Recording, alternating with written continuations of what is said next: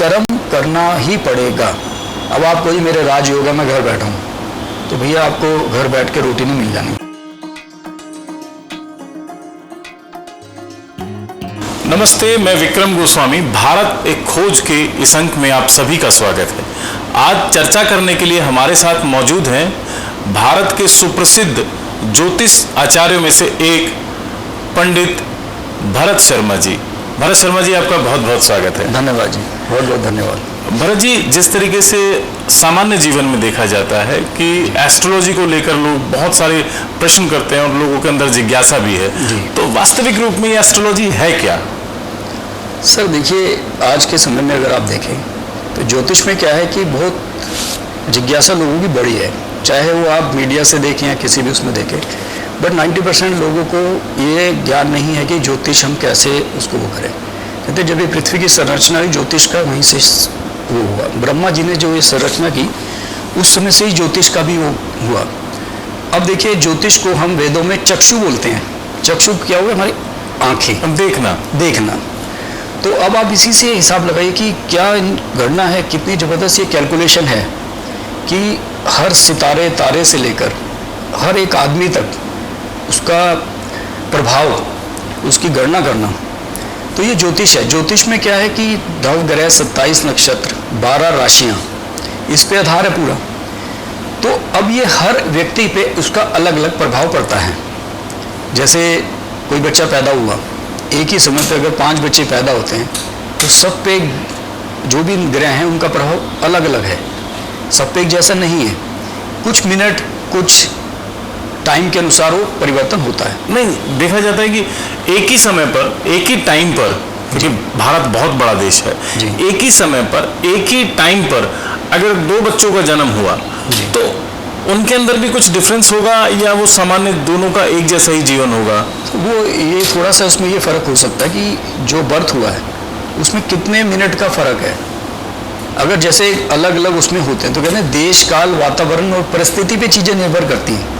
जैसे आज हम दिल्ली में हैं तो यहाँ गर्मी है तो स्वेटर तो पहनेंगे नहीं। ऐसे ही जब हम पहाड़ी इलाके में जब ठंड होती है तो मौसम के अनुसार हम वस्त्र पहनते हैं। ऐसे ही जो जन्म होता है उस स्थान का महत्व भी माना जाता है, तो उसके आधार पे ही गणना होती है। अब जैसे दिल्ली में बच्चा पैदा हुआ, एक बाहर बॉम्बे में हुआ या एक विदेश में हुआ, टाइम वही है, लेकिन जो वातावरण और जो परिस्थिति के अनुसार जो चेंज है उसकी गणना करके ही फिर उसकी जन्मांक, जन्मपत्री बनाई जाती है। बहुत से लोग कहते हैं कि हम भगवान की पूजा करते हैं, हम इस चीज़ में विश्वास नहीं करते, ज्योतिष में विश्वास नहीं करते, और बहुत सारे लोगों का जीवन बहुत अच्छे से बीतता है। और कुछ लोगों का भगवान की पूजा करने के बाद भी जीवन में कठिनाई, बहुत कुछ ऐसा देखने को मिलता है कि उनको सारी चीज़ें नहीं मिल रही हैं भगवान की पूजा करने के बाद भी। तो ऐसा क्या है कि भगवान की पूजा करने के बाद भी उनको सफलता नहीं मिलती है जीवन में? तो इसमें सबसे पहले तो हमने ये देखना है कि हम जिस भी देवता की या देवी की पूजा कर रहे हैं, जैसे हमें खान पान, रहन सहन, हर किसी को हर जगह की चीज़ सूट नहीं करती, इसी तरह से ये भी है कि हमें कौन सा उपाय, कौन से देवता की पूजा हम कब से कर रहे हैं, हमें सूट में कर रही है नहीं कर रही। और दूसरी बात है, पहली बात तो ये सोच के करनी नहीं चाहिए कि भाई हमें इसका अच्छा फल मिले। हमें निस्वार्थ भावना से करना चाहिए, उसका फल जरूर मिलता है। अब आप देखिए, अगर भगवान कृष्ण का अगर हम दें तो कहते हैं भगवान कृष्ण ज्योतिष और कलाओं के सबसे ज़्यादा ज्ञाता थे, फिर भी महाभारत हुई। क्या वहाँ यज्ञ नहीं हुए? क्या वहाँ पे कोई पूजा नहीं हुई? और उसके बाद भी इतना बड़ा महाभारत का युद्ध हुआ और भगवान साथ होके भी करा गए। और जीत भी किनको दी? जिनकी सेना में संख्या थी नहीं, इतनी विशाल सेना को उन्होंने हरा दिया। कहते हैं इसीलिए जो कर्म है भोगने पड़ते हैं, जो भी हमारे द्वारा कार्य किया जाता है, अच्छा बुरा जो भी हमें भोगना पड़ता है। हाँ, जो हम देवी देवताओं की जो पूजा करते हैं, जो भी अर्चना करते हैं, हमें कहीं ना कहीं बचाते हैं। अब वो किस तरह से, क्या ये छुपी हुई चीज़ है। अब हमारे पे क्या पता क्या विपत्ति आ रही है। हम जिस देवता की पूजा कर रहे हैं, हम जिसका भी कोई उपाय कर रहे हैं, हमें कहाँ वो बचा रहे हैं हमें नहीं पता। हो सकता है कि जो हमें 100% होना है वो 50 हो गया है हमारे पूजा करने से या किसी भी देवता की आराधना करने से या कोई भी उपाय करने से। हो सकता है वो 40% आ जाए नीचे, होगा जरूर। अब महाभारत की बात कर रहे थे तो ऐसा मैंने सुना है, मुझे बहुत अच्छे से याद नहीं आ रहा वो, कि या तो नकुल थे या सहदेव थे, इनमें से कोई एक था जिसको बहुत अच्छी नॉलेज थी तारों की, सितारों की, ज्योतिष गणना वो बहुत अच्छे से कर सकते थे। हाँ, फिर युद्ध क्यों हुआ, कृष्ण तो थे ही अपने आप में सर्वश्रेष्ठ, क्योंकि योगेश्वर हैं जी। और इन दोनों में से कोई एक था, मुझे लगता है शायद नकुल थे, जिनको बहुत ज़्यादा नॉलेज थी ज्योतिष की। उसके बाद भी युद्ध हुआ, बड़ा अजीब सा लगता है कि उनको पता था कि युद्ध होगा, तो शायद कहीं ना कहीं उनके मन में होगा कि युद्ध हम जीत रहे हैं। नहीं, देखिए ऐसा होता है, मैंने भी आपसे एक बात की, देश काल वातावरण और परिस्थिति पे चीज़ें निर्भर करती हैं। अब आप देखिए कुरुक्षेत्र ही स्थान क्यों चुना गया? आप देखिए दिल्ली से आप कुरुक्षेत्र गए हैं युद्ध करने, और सोचिए कितना स्थान उन्होंने, कहते हैं कि जो भूमि है, आप जल अगर पृथ्वी पर अगर कहीं भी आप धरती में जल ढूंढते हैं तो उसका लेवल एक जैसा नहीं होता, पानी का स्वाद एक जैसा नहीं होता, जबकि पृथ्वी एक ही है। ऐसे ही कहते हैं कि जो कर्ण थे उनको भी ज्योतिष का बड़ा ज्ञान था, तो भगवान कृष्ण बड़े जब ज्ञाता थे, तो कई बार जैसे हम भी हैं, हमें भी कई बार डिस्कस करने पड़ते हैं कुछ ग्रह नक्षत्र को लेकर, हम दूसरे एस्ट्रोलॉजर से, उनसे अपने सहयोगियों से उसका संपर्क करके उनसे डिस्कस करते हैं, फिर उसका निष्कर्ष निकालते हैं। भाई हमने 4 लोगों से सलाह ली, फिर अपना निष्कर्ष निकाला कि इस व्यक्ति को ये ग्रह का प्रभाव है। अब उसमें क्या हुआ जी, भगवान कृष्ण ने जब ये बात ज्योतिष कोष में लिया तो उन्होंने कहा कि भाई मंगल ग्रह और शनि ग्रह के विषय में उन्होंने इसमें एक जगह मैंने पढ़ा था, ये मैं पूरा अपनी वो नहीं कहता कि ये सत्य है, हमने पढ़ा था एक जगह कि भाई भगवान कृष्ण ने जब इसकी जानकारी ली कि भाई ये ज्योतिष में बताइए कि जैसे कर्ण से नकुल से पूछा गया कि जी ये हमें बताइए कि मंगल जो है शनि की राशि में कब प्रवेश कर रहे हैं और जो शनि है वो मंगल के नक्षत्र में कब आ रहे हैं। तो बड़ा हमें पढ़ के आश्चर्य हुआ कि भाई ये क्या, ये तो नक्षत्रों की बात आ रही है, राशि नक्षत्र की। अच्छा, उस समय हमने नक्षत्रों के बारे में अध्ययन नहीं किया था। उसके बाद हमने इस पर अध्ययन करना शुरू किया तो हमने देखा कि जो ग्रह है किस नक्षत्र में किस राशि पे बैठा है, उसके स्वामी कहाँ बैठे हैं, उसका बहुत बड़ा प्रभाव हमने देखा। अशुभ शुभ फल अलग तरह से देखे गए। तो इसी तरह जब महाभारत हुई तो उन्होंने वो समय निश्चित किया, ये ज्योतिषी गणना करने के पश्चात फिर वो स्थान को लिया गया कि इस स्थान पे जो रक्त, देखिए वो भगवान थे, उनको ये ज्ञान था कि भाई यहाँ पे रक्तपात होना है, ये बहुत बड़ा युद्ध होना है, तो इसीलिए उन्होंने वो जगह चुनी कि जो भूमि इस रक्त को ग्रहण कर सके। तो कहते हैं आज भी वो अगर आप भूमि को अगर आप थोड़ा सा वो करते हैं तो वहाँ पे लाल रंग आता है, तो लाल मिट्टी देखी जाती है। चाहे आप उसको रक्त से माने, चाहे वो रेत का कलर ऐसा हो गया है, वो अलग अलग विषय है, वो अलग अध्ययन का विषय है, वो पुरातत्व विभाग का विषय है। लेकिन जो हमारे उस महाभारत में ये चीज़ आती है तो उसमें लेख आता है कि भाई वो भूमि लाल हो गई थी, वो आज तक लाल है, तो इसीलिए वो जगह चुनी गई। तो बहुत सारे ऋषियों ने अपनी अपनी पुस्तकें, अपना अपना ग्रंथ लिखा है। जैसे रावण संहिता में भी ज्योतिष के बारे में बताया गया है, रावण ज्योतिष के अच्छे ज्ञाता थे। ऐसे ही भृगु ऋषि की है जिसमें ज्योतिष के बारे में बताया गया है, और भी ऋषि हैं जिन्होंने ज्योतिष के बारे में लिखा है। तो सबकी गणनाएं अलग हैं या सबकी गणना सामान्य है, एक जैसी है? देखिए गणना तो सेम होगी। आप कोई भी जब जन्म तिथि जन्म समय डालेंगे, जब भी आप, पहले तो क्या होता, हाथों से गणना की जाती थी, सूर्य स्पष्ट किया जाता था, ईस्ट निकाला जाता, ईस्ट काल से करके फिर चंद्र स्पष्ट होता था, लगन स्पष्ट होता था, वो मैनुअली कैलकुलेशन होती थी। आजकल के कंप्यूटराइज सिस्टम में आप डेट ओवर टाइम डालो, गणना आ जाएगी, वो सबकी सेम होगी। अब उसमें क्या था, मिनट घंटे सेकंड, पर उसके भी सेकंड जो उसकी जो गणना होती है, कैलकुलेशन होती है, उस पे के आधार पे ही जैसे बच्चा कोई जन्म लेता है तो उसका डेट ओवर था जी, आज इस बच्चे ने इस तारीख को, ये आज इतने समय पे इसका जन्म हुआ, उस जन्म पे फिर हम उसकी कैलकुलेशन करते हैं, फिर उसका लगन और चंद्रमा स्पष्ट करके फिर उसका नाम, अक्षर, राशि, नक्षत्र, फिर वो हम उनको बताते हैं। तो उसके बाद क्या होता है कि जैसे हमने किया तो जो महर्षि पराशर थे उस ज्योतिष के सबसे बड़े वो थे। उसके बाद फिर जयदेव महर्षि जितने भी आए हैं सब ने अपनी अपनी गणना किया और फिर अपना एक एक्सपीरियंस, अनुभव जो था, उस अनुभव के आधार पे अपनी कुछ बुक्स लिखी जो हमने भी पढ़ी। तो उसके बाद एक हमने बुक पढ़ी थी जिसमें उन्होंने लिखा, जयदेव जी ने ये बोला, महर्षि पराशर ने ये बोला, महर्षि वारामिहिर ने ये बात बोली कि भाई जैसे सूर्य मेष राशि के अंदर हैं, अब मेष राशि में वो किस किस नक्षत्र में शुभ फल देने वाले हैं, किस किस नक्षत्र में वो अच्छा फल नहीं देंगे। तो सबके अपने अपने विचार मतभेद अलग अलग थे, गणना एक ही थी। भाई सूर्य मेष राशि में इस संक्रांति पे आए, वो गणना एक ही थी, लेकिन जो उसका फलादेश था उसमें थोड़ा सा हमने भेद देखा। गणना में कोई भेद नहीं है, गणना से एक जैसी हर उसमें जाएगी।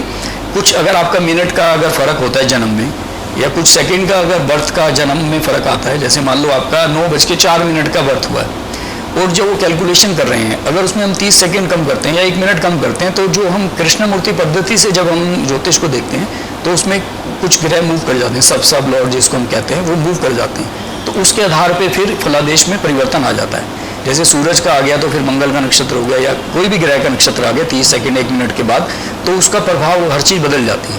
तो ऐसे ही उन लोगों ने, ये सब ऋषियों ने सारा गणना करके एक को बनाया ज्योतिष का, हाँ आज के जब हम सॉफ्टवेयर कह सकते हैं। तो उस आधार पे फिर हमने उसकी कैलकुलेशन लेके फिर हमने उसका फलादेश करते हैं। तो हमने क्या निचोड़ निकाला कि भाई जब हमने कहा भाई एक राशि पे ग्रह चला, अब मेष राशि में सूरज चले अश्विनी नक्षत्र में, अश्विनी नक्षत्र केतु के, फिर वो चले भरणी में, भरणी नक्षत्र शुक्र के, फिर वो चले कृतिका, कृतिका सूर्य का अपना नक्षत्र है। तो उन्होंने बताया कि केतु के नक्षत्र में ये फल है, और भरणी नक्षत्र में, शुक्र के नक्षत्र में ये फल है, और कृतिका नक्षत्र में ये फल है। अब उसके भी चरण है। अब केतु के 4 चरण अश्विनी नक्षत्र के चलेंगे मेष राशि में, उसके बाद रोहिणी नक्षत्र, भरणी नक्षत्र के 4 चरण चलेंगे, फिर 3 चरण जो होंगे वो सूर्य के नक्षत्र के चलेंगे। तो मैं सीधी से एक बात जानना चाहता हूँ आपसे। जैसे रावण को भी ज्योतिष का बहुत ज्ञान पे आता भी, हाँ जी, रावण को भी बहुत ज्यादा ज्योतिष का ज्ञान था, उसके बाद भी रावण का पूरा परिवार जी भगवान श्री राम के हाथों मारा गया। तो जी, कहाँ वो चूक गए थे ज्योतिष के अंदर, अगर उनको ज्योतिष का ज्ञान था तो? नहीं, ज्योतिष में चूके नहीं थे। यदि आप उनका अगर शुरू से आप उनका वो पढ़ें रावण के संहिता में, तो बचपन से लेकर जो उनका मृत्यु तक का जो समय था, उसमें उनसे बड़ा विद्वान पूरे संसार में कोई नहीं हुआ ना होगा। लेकिन क्या होता है, जो एक राक्षस जाति के कुल में जन्म होना, उसका भी तो प्रभाव रहेगा ना। जैसे अब आप मान लो, जैसे आपकी संगत है, कहते जैसी संगत वैसी रंगत। लेकिन शंकर भगवान के इतने बड़े भक्त होके, कहते हैं काल तक को उन्होंने वश में किया हुआ था। 9 ग्रह, सारे नक्षत्र, सारे तारे उनके वश में थे। कहते हैं जब तक रावण की इच्छा नहीं होती थी, उनके राज्य में किसी की मृत्यु नहीं हो सकती थी, जब तक रावण नहीं चाहेगा। तो जब ये सृष्टि में ऊपर हाहाकार मचता है, हर चीज़ में होता है, तो भगवान ने देखा कि भाई ये क्या है, ये तो एक आदमी से तो हो नहीं सकता, जीवन मरण यश अपयश सब होना है। आप ये नहीं कह सकते कि भी एक व्यक्ति है, अगर वो बहुत बड़ा विद्वान है या वो उसका परिवार है तो वो अकेला सब कुछ कर, नहीं। देखिए, अच्छा बुरा सब होना है, चाहे वो ज्योतिष में लीजिए आप, चाहे वो आप ज्ञाता हो नहीं हो, हर चीज़ को भुगतना पड़ेगा, उस समय के साथ है। अब जो आपने कर्म करे हैं उसका फल होगा। आप सोचिए, इतने बड़े विद्वान को भगवान को खुद आना पड़ा मारने के लिए, तो सोचिए कोई छोटी बात नहीं है। आप खुद देखिए कि उसको मृत्यु देना था, और उसने इतनी तप करके, इतनी तपस्या करके मृत्यु तक को अपने वश में कर रखा था। तो अभी आपने कर्म की बात करी जी, आपने कहा कर्म के बारे में, अगर मेरी ज्योतिष जो गणना है, अगर मेरी कुंडली में जी लिखा है कि मेरे जीवन में राजयोग है या मुझे ये सुविधाएं मिलने वाली हैं, तो फिर मुझे कर्म करने की क्या जरूरत है? मैं कर्म क्यों करूं जब मेरे भाग्य में ही बहुत कुछ लिखा हुआ है? जी, देखिए, कर्म प्रधान तो ही हमारे में जब ज्योतिष में हम देखते हैं, जो कहते हैं लग्न, प्रथम हाउस, द्वितीय, तृतीय, चतुर्थ। प्रथम बोलते हैं धर्म, सेकंड बोलते हैं अर्थ, काम, मोक्ष। धर्म, अर्थ, काम, मोक्ष, 4 घर से जब आप जाएंगे तो 12वां घर फिर मोक्ष का होगा। क्योंकि जब ये चीज़ निर्धारित है, हर चीज़ निर्धारित है, लेकिन कर्म करना ही पड़ेगा। अब आप कोई मेरे राजयोग है, मैं घर बैठा हूँ, तो भैया आपको घर बैठ के रोटी नहीं मिल जानी, उसके लिए आपको कर्म करना पड़ेगा, घर से उठ के जाना पड़ेगा। अब कई लोग कहते हैं अरे गंगा जी का क्या स्नान करना, हमारे जल नल के में गंगा जी का हाथ हो रहा है। इससे स्थान की महत्ता है। आज कालका जी मंदिर के अंदर आप आइए, दर्शन कीजिए, आप देखिए आपके अंदर कितना परिवर्तन आएगा, ऊर्जा बढ़ेगी। आज हमारे देश में बहुत बड़े नेता, कुछ ऐसे मैं नाम नहीं लूँगा, बहुत नेता हैं जो आप देखिए ऐसे ऐसे स्थानों पे जाके वो कर रहे हैं, पूजा पाठ अर्चना कर रहे हैं, भगवान के दर्शन कर रहे हैं कि हमें ऊर्जा मिले। क्योंकि देखिए नेगेटिविटी बहुत है हर जगह। आज जैसे अब आप कहते हैं हमारी कुंडली में राजयोग है, अब राजयोग है, नहीं मैंने ये नहीं कहा कि मेरी कुंडली में राजयोग है, मैं सामान्य बात कर रहा हूँ कि किसी की कुंडली में राजयोग है। मैं कह रहा हूँ कि किसी भी कुंडली में राजयोग है। अब राजयोग का हमने देखना भी, उसका कितना बड़ा, मतलब उसकी पावर कितनी है योग की। ऐसा नहीं कि राजयोग है तो जी राजा बन जाऊंगा मैं, उसकी हमने देखनी होती है उसकी पावर कितनी है ग्रह की, ये कौन सा ग्रह को ये राजयोग बना रहा है। मान लो सूर्य बना रहा है, तो सूर्य का मतलब नहीं कि सरकार के किसी बहुत बड़े ओहदे पे पहुंचेंगे। अब वो डिपेंड करता है हमारे उसकी पावर पे, कि हमारी लगन के हिसाब से उसकी पावर क्या है, उस लगन के लिए वो ग्रह कितना अकारक है, कारक है, कितनी डिग्री पे, किस नक्षत्र पे विराजमान है। उसके बाद क्या होता है, जितनी कम पावर होगी उतनी कम पोस्ट है।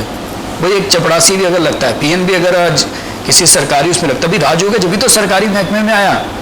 कोई एक बड़ा अफसर बनता है, कांस्टेबल बनता है या एक बड़ा IPS बनता है, वो भी राजयोग है जो उसको सरकार से फैसिलिटी मिल रही है। फिर वो आते हैं जी मंत्री हैं, उनके बड़े योग हैं, उसी आधार पे फिर ये होता है। लेकिन कर्म करना पड़ता है, आपको घर से निकलना पड़ेगा, आपको उसके लिए कर्म करना पड़ेगा। सामान्यतः देखते हैं कि हमें सिर्फ चंद्रमा और सूर्य दिखता है जी। फिर उसके अलावा और ग्रह का कैसे प्रभाव पड़ता है हमारे जीवन में, क्योंकि सूर्य की रोशनी है और सूर्य की रोशनी से दिन निकलता है, शाम के टाइम चंद्रमा हमको दिखता है, तो हम समझ सकते हैं कि शायद सूर्य का और चंद्रमा का हमारे जीवन में प्रभाव पड़ेगा। तो ये राहु कहाँ से आया, केतु कहाँ से आया, शुक्र ग्रह का प्रभाव कैसे पड़ा, क्योंकि शुक्र ग्रह हमसे बहुत दूर है, तो ऐसा क्यों हमारे जीवन में प्रभावित करने के लिए? ब्रह्मांड में असंख्य तारे हैं जिसकी कोई गिनती नहीं है। उसमें क्या हुआ, जो पृथ्वी और सूर्य, जो सूर्य के निकट जितने ग्रह, पृथ्वी के निकट जितने ग्रह हैं, उसका प्रभाव सबसे ज़्यादा माना गया। जो भी ज्योतिषी गणना करी गई तो उसमें जितने ग्रह उनके पास, ऐसे बहुत ग्रह हैं जो दूर हैं, जिनका कोई रोशनी प्रभाव नहीं। अब सूर्य की जो रोशनी सबसे तेज है, पूरे विश्व के अंदर रोशनी जाती है। आज अगर हमारे यहाँ दिन है तो कहीं रात होगी, ये कि नहीं अस्त हो गया, सूर्य अस्त नहीं होते, तो उसका प्रभाव अलग है, उसकी रोशनी पड़ती है, उसका तेज आता है, इसलिए हम सूर्य को अर्घ देते हैं। चंद्रमा पे भी अर्घ दिया जाता है, लेकिन कब? पूर्णिमा पे। आप देखिए पूर्णिमा पे लेडीज व्रत रखती हैं, चंद्रमा को अर्घ देती हैं, उसकी रोशनी शीतल होती है, मन शांत करके ठंडा करती है। सूरज की गर्म होती है, लेकिन वो मस्तिष्क के लिए और अपने दृष्टि के लिए अच्छी मानी जाती है, इसलिए हम सूर्य को जल से अर्घ देते हैं कि उसकी जो किरणें, सूर्य की जो किरणें जल के अंदर से आके जो हमारी आंखों पे पड़े तो हमारी मस्तिष्क तेज हो और आंखों की दृष्टि हमारी अच्छी रहे। साइंटिफिक रीजन ये है हमारा ज्योतिष में, ये नहीं कि हमें सूरज को जल दें कि जी वो बड़े प्रसन्न हो जाएंगे, नहीं। सूर्य तो धरती का जल खींच लेते हैं जी, इतनी उनमें पावर है। आप देखिए जब आप पानी डालते हैं भूमि पर, धरती पे, तो एकदम से वाष्प हो जाता है वो, तो किसकी शक्ति है? सूर्य की शक्ति है। तो इसलिए उनके प्रभाव ज़्यादा माने जाते हैं सूरज चंद्रमा के। बाकी जो हमें ग्रह नहीं दिखते हैं वो थोड़ा सा दूरी है उनकी, जो जितना ग्रह दूर जाएगा। अब जैसे सूर्य के पास सबसे ज़्यादा निकट जो है बुध मानते हैं, बुध हर महीने अस्त हो जाते हैं।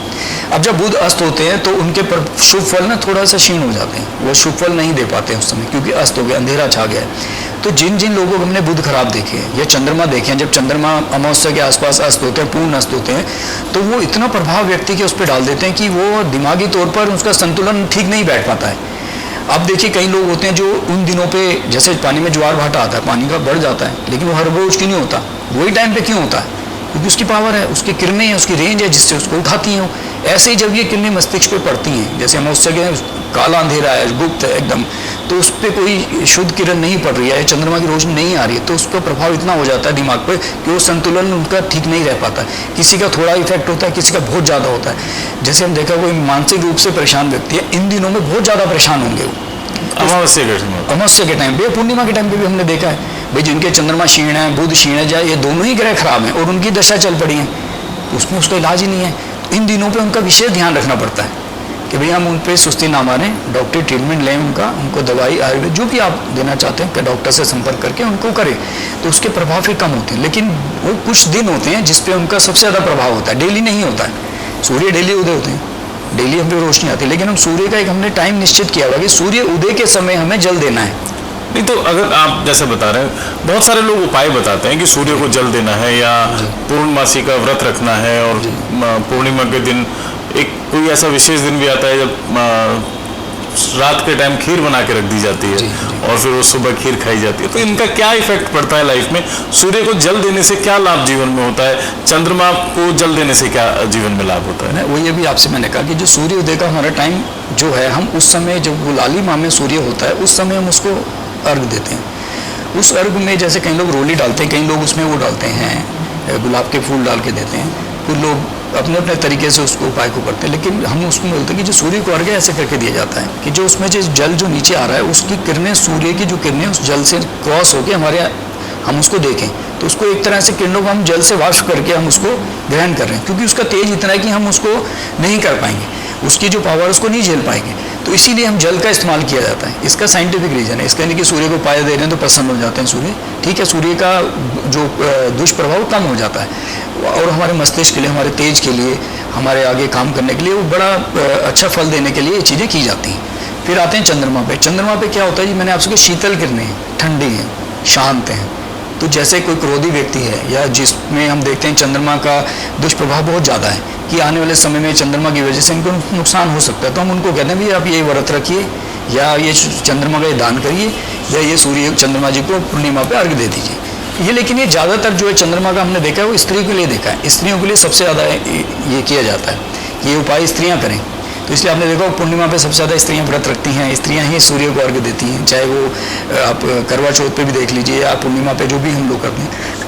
अब आते हैं जी, आपने अभी बोला था मुझे चंद्रमा पर वो जो खीर का, हाँ जी, खीर में भी वही है। देखिए हम खीर बनाते हैं, जैसे शरद पूर्णिमा को आती है तो एक दिन होता है ये, जब सर्दी गर्मी बरसात जैसे हमारे जो ऋतु हैं उसके अनुसार ये उपाय किया जाता है। तो उसको हम जब चंद्रमा की रोशनी में पूरी रात रखते हैं तो कहते हैं पूरी रात जो उसकी रोशनी उसके ऊपर पड़ती है तो उसमें उसकी पावर बढ़ती है, उसकी किरणें उसके अंदर मिल जाती हैं, फिर हम उसको ग्रहण करते हैं। तो कहते हैं हमारे अंतर मन को शुद्ध करने के लिए, दिमाग को तेज करने के लिए, मस्तिष्क के लिए, हमारे शरीर के लिए बहुत अच्छी मानी जाती है, खासकर स्वास्थ्य के लिए।